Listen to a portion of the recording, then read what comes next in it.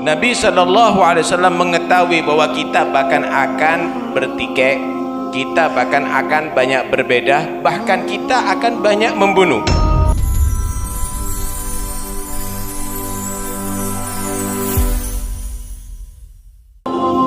العلم بعلامات الساعة لم يدرسه علماء الأصول، وإنما أخذوه معلومات عامة لأنهم لم يكونوا محتاجين إليه في ذلك العصر السابق.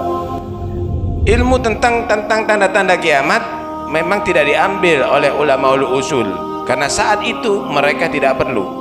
Ilmu tanda-tanda kiamat adalah diperlukan untuk ulama-ulama yang ada di akhir.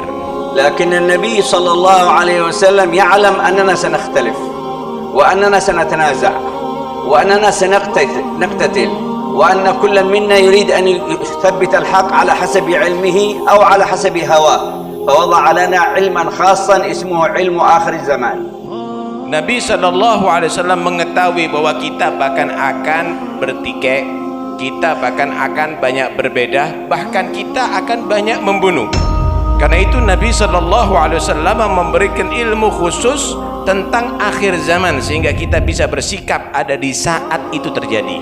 عندما تتغير أحوال الأمة، عندما تتدخل الكفار في حياتها، عندما يكثر الهرج، عندما يكثر المرج، عندما تفسد الشعوب، عندما يظهر الربا، عندما يظهر الزنا، عندما يظهر الخمر، عندما تظهر المتناقضات، عندما يقتل المسلم المسلم، هنا علم جديد تكلم عنه رسول الله، كيف نتعامل مع المجتمع، كيف نتعامل مع الأمة، كيف نتعامل مع الكافر، كيف نتعامل مع هذه الاختلافات.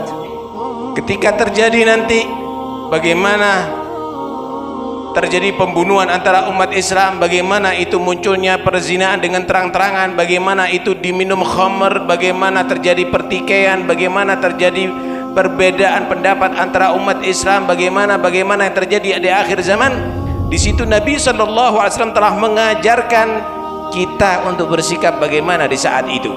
Bagaimana kita bermuamalah dengan orang Islam yang lagi mereka tadi itu bertikai, yang lagi mereka tadi itu bercerai-berai. Bagaimana kita bermuamalah dengan orang kafir yang memang mereka tadi itu masuk ke dalam urusan kita, dalam urusan kaum muslimin. Kita sudah diajarkan sama Nabi SAW, karena itu harus kita mengetahui ilmu-ilmu itu semuanya. بل كشف النبي صلى الله عليه وسلم في فقه الدعوة عن خطر اختلاف المسلمين، وأن الأئمة المضلون الذين يفتنون الأمة هم أشد خطرا في الأمة من الدجال.